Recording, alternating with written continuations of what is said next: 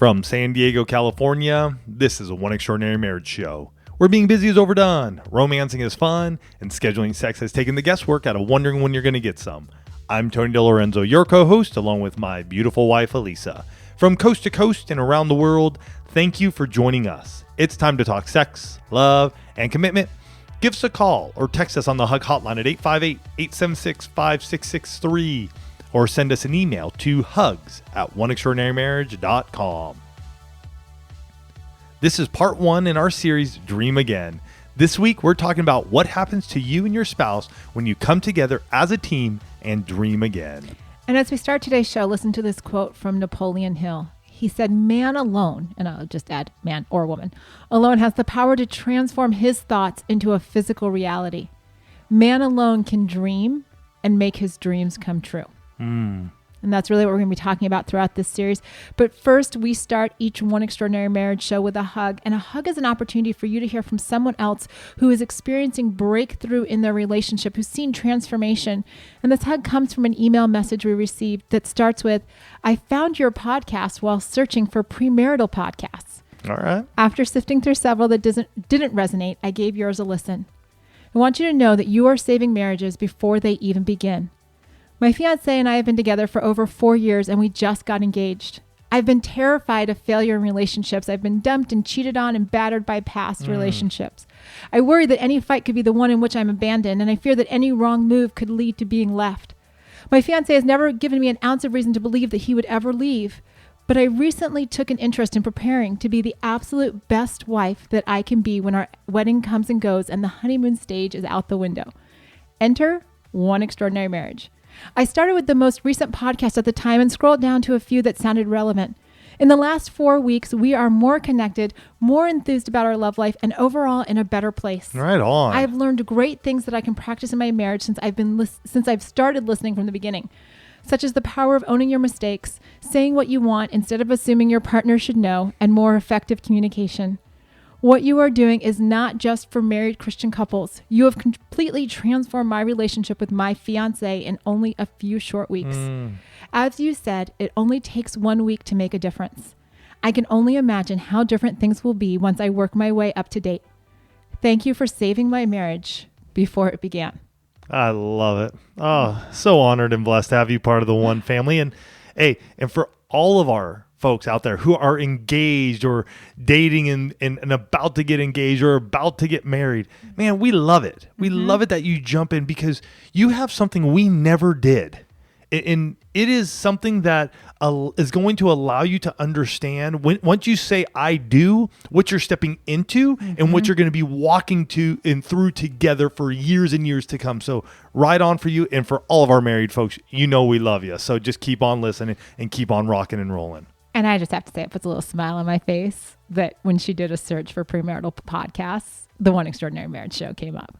I'm just saying, I love that it's not just for married folks. That's right. And, you know, it's interesting because even as I was sharing that hug with all of you, what I could hear in there was just the dream that she has, right? This gal is sharing that she's preparing to be the absolute best wife that she can be when the wedding comes and goes and the honeymoon phase is fading, right? And I love that because that means that she has a dream. Right? She has a dream for what she wants marriage to look like. She has a dream for what she wants her relationship with her husband to look like. And that's really what this series is going to be talking about, those dreams.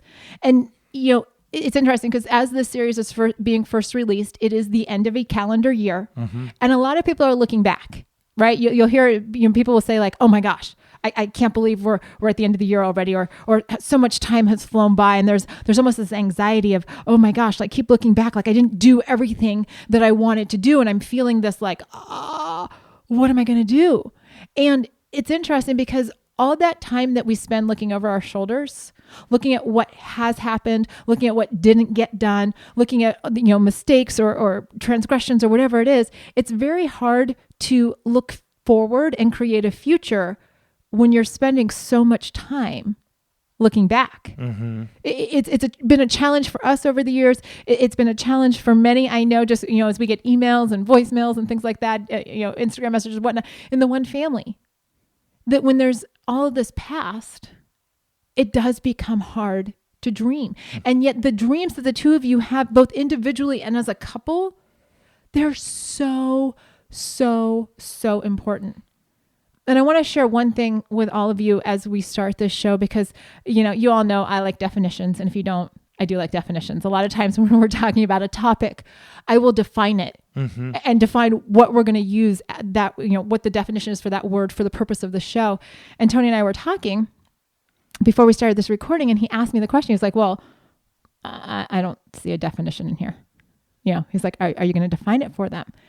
And I said, actually, this is going to be a show that doesn't have a definition for the word dream. And the reason why is that Tony and I don't want to limit your dreams. We don't want you thinking, oh, well, maybe my dream is too small, or maybe my dream is too big, or maybe my dream doesn't match up. Mm-hmm. You need to know that the dream that you have, either as an individual or within your marriage, it is yours. And it is so incredibly important. And it's what you're going after. It's not what Tony and I say. The power of dreams is the power that you bring to your marriage because you are dreaming that dream. Yeah. And so you really have to start looking at that and going, what is it? Because there have been times in our own marriage, we thought we had crazy dreams, and we talked to somebody else and they would share something with us and we're like, oh, ours aren't big enough. And sometimes that would stop us. And we've learned over the years that our dreams are important to us. It's where we are in our journey. I want to say this isn't a place where you have to compare yourself to us or somebody else, because they're walking in their own lane and on their own journey. And so there were years and years ago when Alisa and I had the dream to get out of debt. And that was a big dream for us to finally say, we don't have to deal with all of this hanging over us anymore. There are years when we didn't have any dreams in our lives and we floundered. Mm-hmm. I mean, even preparing for this series and just thinking about, what does it look like when we haven't been in a place where we're dreaming in our marriage? And I do want us to share some of that with you, because I think it's important that that Tony and Alisa are not always, dreamers, that we have had those seasons. I mean, I remember when Tony came home from the Pacific Crest Trail and our marriage was in a really, really stinky bad spot, to the point, guys, where, and I know this dates us obviously, but it was 2000, where I was looking up in the yellow pages for divorce attorneys. There was no dream. There was no future for Tony and Alisa. Right. And that was a very significant point in our lives where it was just like, oh, like there's nothing here. Right. And other times, after the loss of our son, Andrew, when he died, where I couldn't dream about a life with, I'm like, wow, there were a lot of times when I couldn't dream about a life, but that's what it looks like in marriage sometimes. Mm-hmm. Like you get into this place where because of hurt or because of pain or because of disconnect, you're like, I can't see a future. I can't see expectation. I don't have expectation. I don't have any anticipation. And it's been like that in our personal lives. It's been like that wrapped around one. Yeah. And I would say one of those dreams, though, that we did have that created what is One Extraordinary Marriage today is when we had a dream of doing the 60 Days of Sex Challenge. Okay, time out. Who had the dream? I had the dream. Thank you. I'm like, don't, that is not I can't even take the royal lead. And yet that next day, and for those of you who haven't listened, and I will put a link here in the episode notes, it's episode 1, 60 Days of Sex. But yet the next day you came around and you said, you know what? I'm going to make this my dream as well. It wasn't like we had to be on the same page that first day in that first moment. And yet together we came and said, oh my gosh, here's a dream. Something that we didn't think was possible. And yet 60 days later, we stepped out of that going, our marriage is transformed. Mm-hmm. And it's interesting because Tony just shared that dream around the 60 Days of Sex Challenge. But prior to that, we were in a place of not dreaming. Mm-hmm. Right? Our kids were 2 and 5 at the time. We were doing the roommate syndrome. We were just, coexisting. And it was going through the motions. And there was this overwhelming sense of hopelessness. I felt hopeless in our marriage. I'm like, is this really as good as it gets? Is this why people have told me to have kids? Because this sucks. Right? Like we are so disconnected. I'm not sleeping. Just yuck. Right? So the sense of hopelessness, the sense of, failure, like why can't I why can't we have the marriage that I see, other people talk about, or I see on TV or anything like what is wrong with me? And why can't I break through whatever this is, right? This weight on us. And when you have that space, when you're in that space where you aren't dreaming, the feelings that can permeate your marriage can be so heavy, right? And it shows up in, this lack of communication, this lack of sex, lack of connection. You can have, anger, withdrawal, irritation, and you get into it almost becomes a self-perpetuating cycle. It gets really ugly because you're like, ugh. And we forget.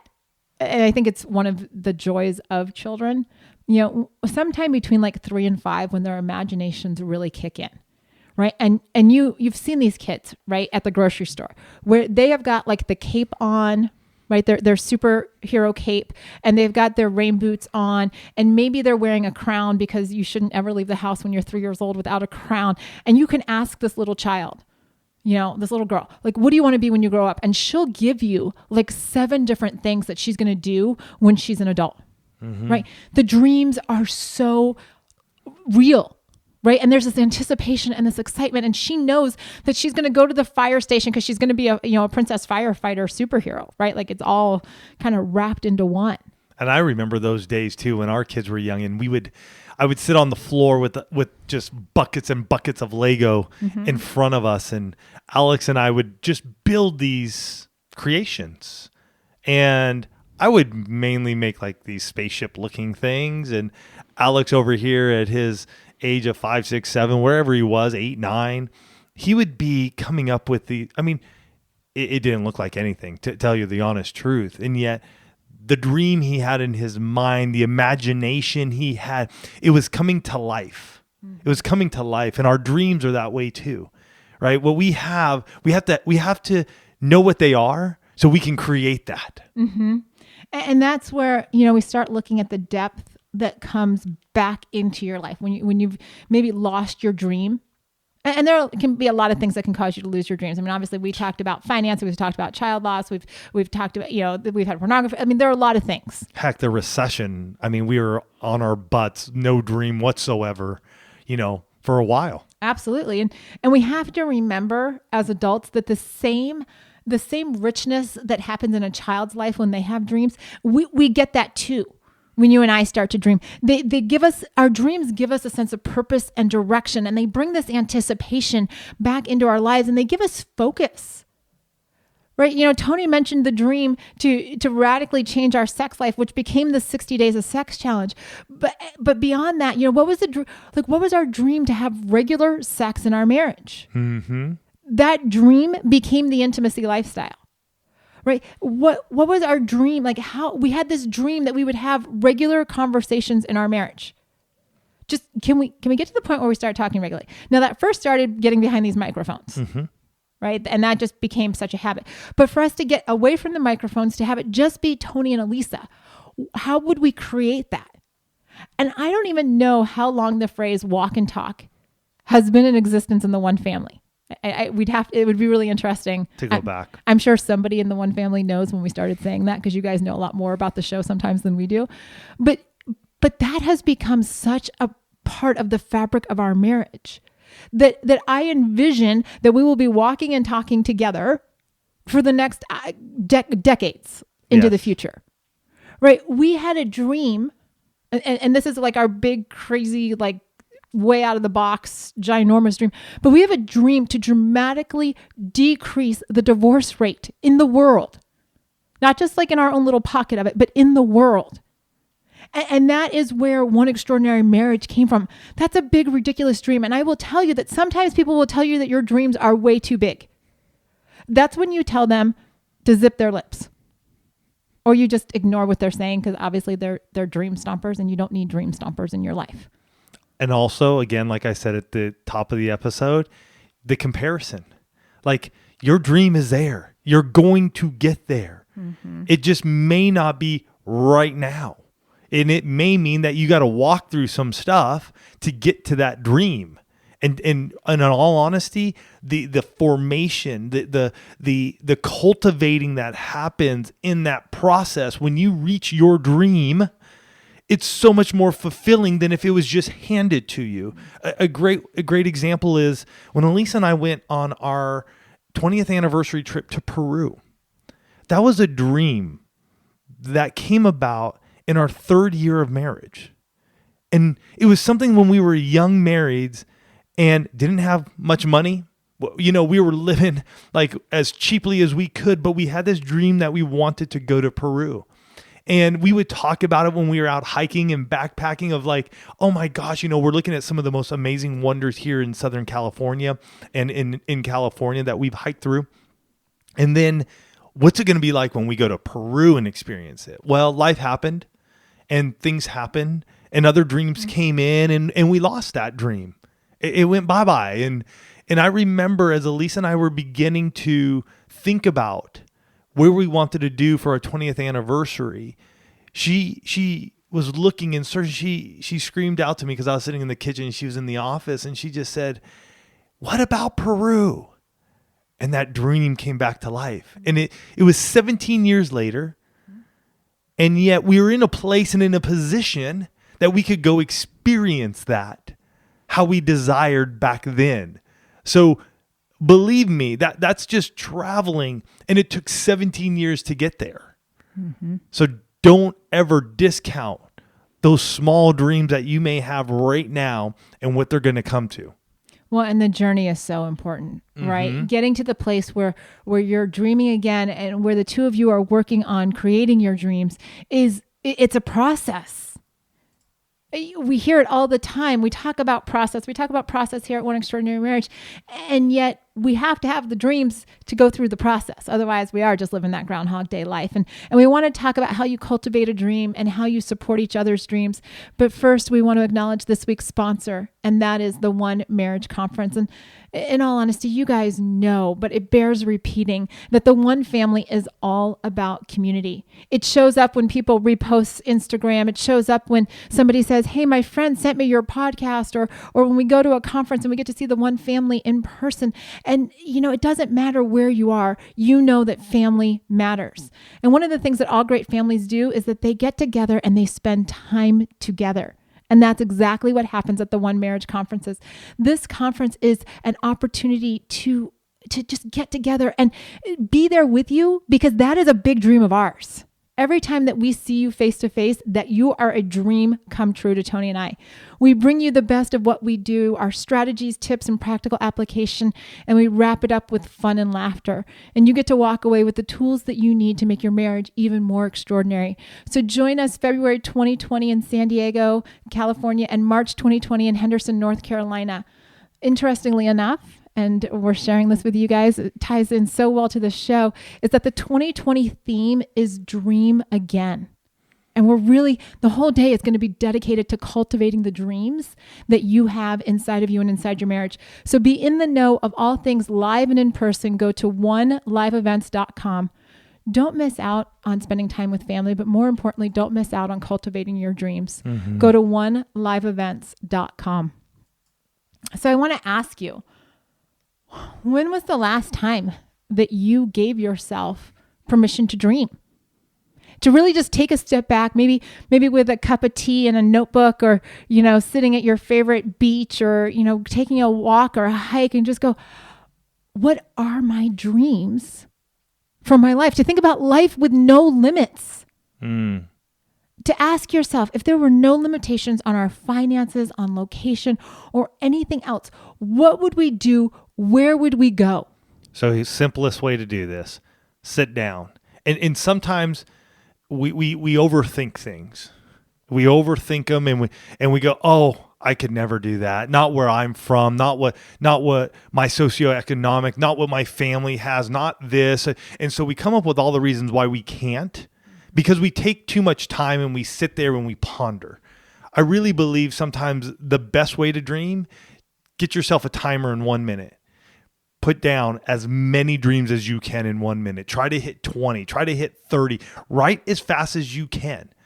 And if you only get 2 or 3, let me tell you, you're a little constipated in your dream machine, right? Like you got to start dreaming again. You got to open it up. So you maybe need to press in a little bit more. If you're in the mids, hey, you're doing all right. You're at least thinking outside the box maybe, or you have some passions or desires in you.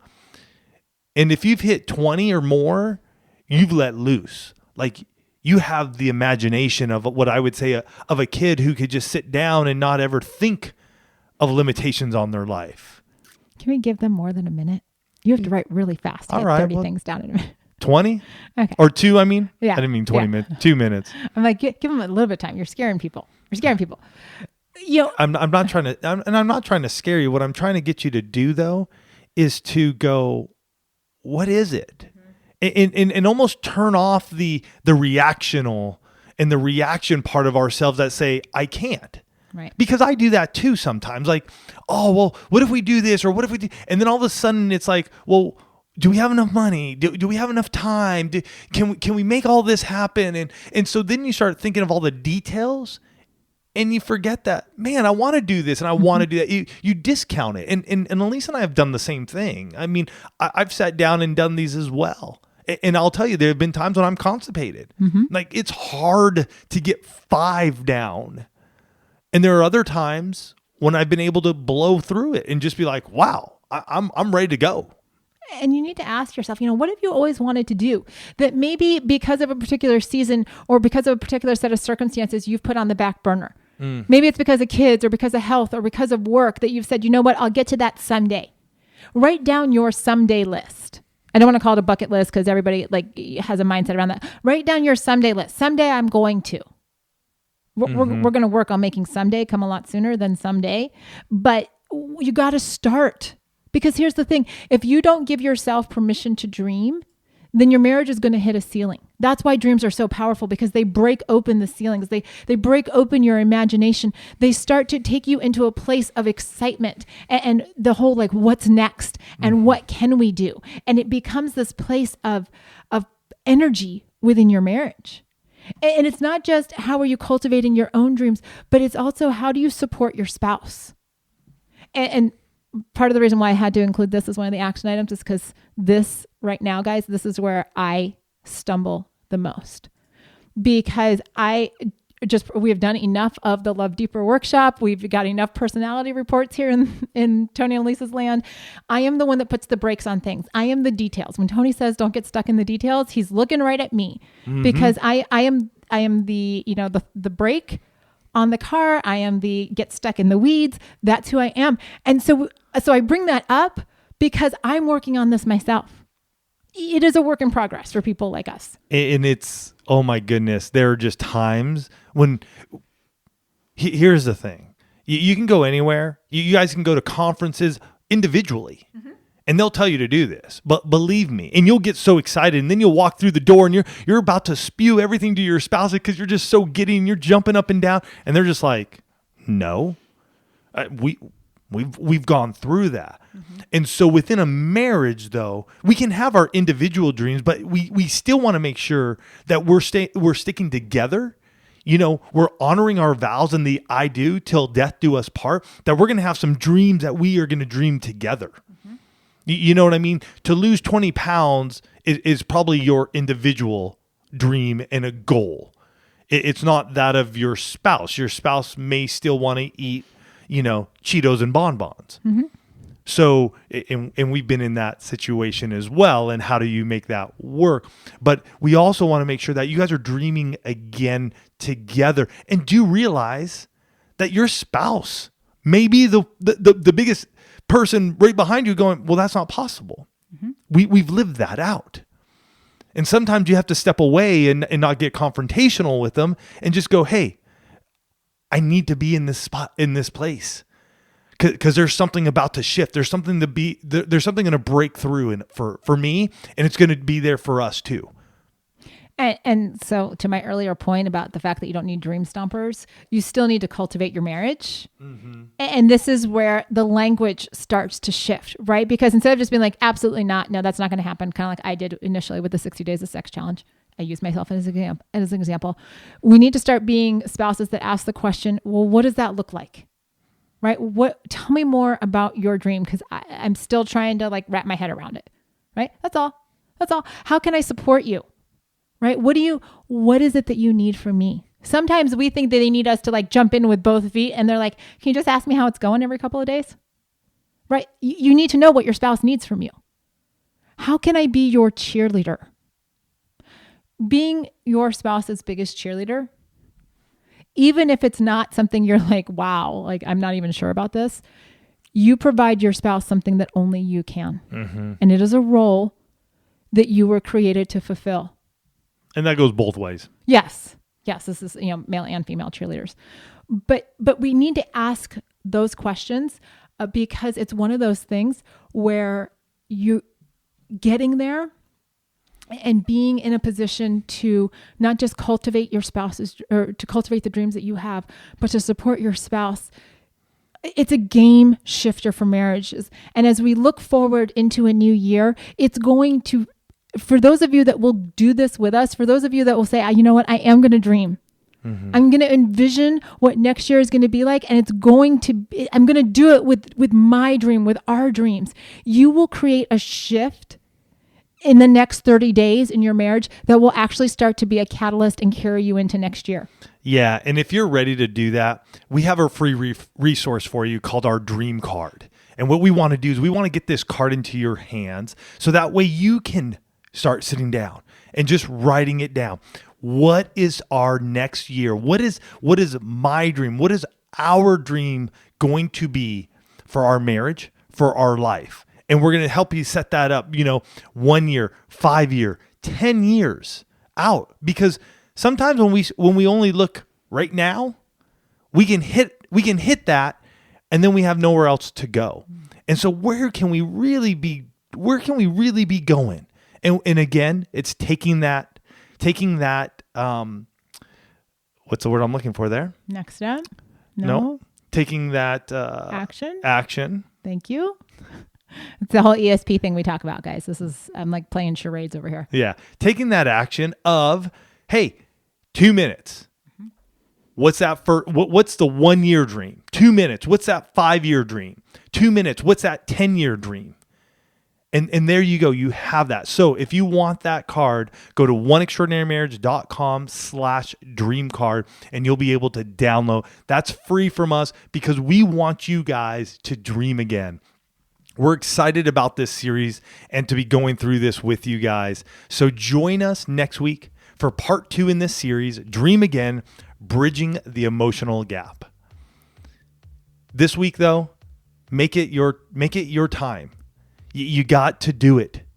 You don't want to wait until the next month. This is the time for you to step out in faith, get crazy, get those imaginations running again. Put yourself in a place where you can think, where you don't have any distractions. We're going to be doing this with you as well, you guys. And over the course of, the next few months and over the next year, we're going to be sharing some of our dreams and where we're going and are we hitting them? And we want to hear from you as well. So at any point in time, hit us up with your hugs about how you are achieving your dreams. You can call us. You can text us at 858-876-5663 or send us that email to hugs@oneextraordinarymarriage.